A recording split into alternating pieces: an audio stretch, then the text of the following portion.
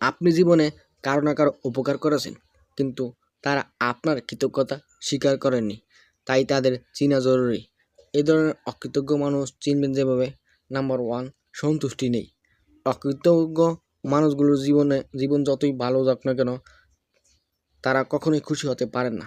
জীবনে যতই প্রাপ্তি আসুক না কেন, তাদের চাহিদা কখনো শেষ হয় না। নাম্বার 2, হিংসাপরায়ণ। এই মানুষগুলো অন্যের প্রাপ্তিগুলো যখন দেখে, তখন তার নিজের জন্য আশা করা শুরু করে, তবে সেটা অনুপ্রেরণার দৃষ্টিতে নয়। তারা নিজের জীবনকে সবসময় অন্যের সঙ্গে তুলনা করে। অন্যের কী আছে যা আমার নেই, এই হিংসা তারা নিবেদিত থাকে।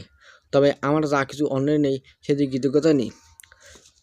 নাম্বার 2, খিটখিটে মেজাজ।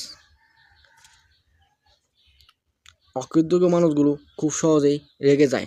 অনেকদিন আগের কোনো ঘটনা নিয়ে তারা খুব পুষে রাখে। আবার এই মুহূর্তে কিছু একটা ঘটছে যা তার অপছন্দ, সেটাও তার মেজাজ বিগড়ে দিতে পারে। নাম্বার 4, নেতিবাচক প্রত্যাশা। অকৃতজ্ঞ মানুষগুলো বেশিরভাগই অতীতে বড় কোনো মানসিক কষ্টের শিকার হয়েছেন বা এখন হয়ে যাচ্ছেন। এই অতীত অভিজ্ঞতার কারণে তারা ইতিবাচক কোনো কিছু আশা করার সাহস হারায়। তাদের ধারণা তার সঙ্গে ভালো কিছু হওয়া কখনোই পসিবল নয় এবং তা অসম্ভব বটে।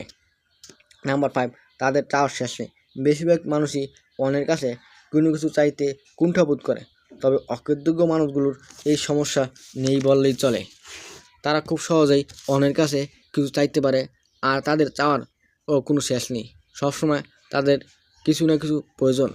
তাদের ধারণা আপনার সহযোগিতা তাদের পাওনা, এটা তাদের বাপদাদার অধিকার, তাই এর জন্য আপনাকে ধন্যবাদ দেওয়ার প্রয়োজন নেই বলে তারা মনে করে।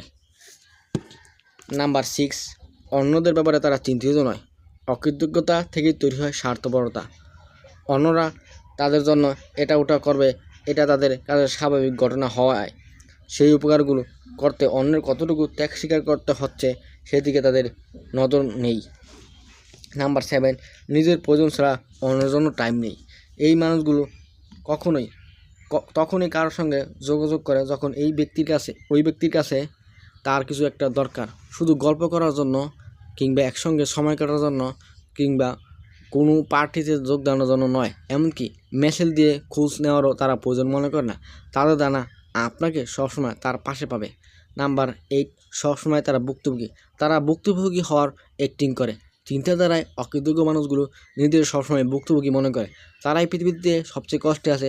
আপনি যদি কোনো কিছু নিয়ে অভিযোগ করেন বা তাদের কাছে আপনার কষ্টের কথাগুলো শেয়ার করেন, তারা অনেকগুলো এমন উদাহরণ তুলে ধরবে যেখানে তাদের সিচুয়েশন আরও খারাপ ছিল, আর আপনি যদি সে সময় তাদের সহানুভূতি কিংবা সমাধানের পথ দেখেন, সেটাও তারা আমলে নেবে না। ধন্যবাদ সকলকে।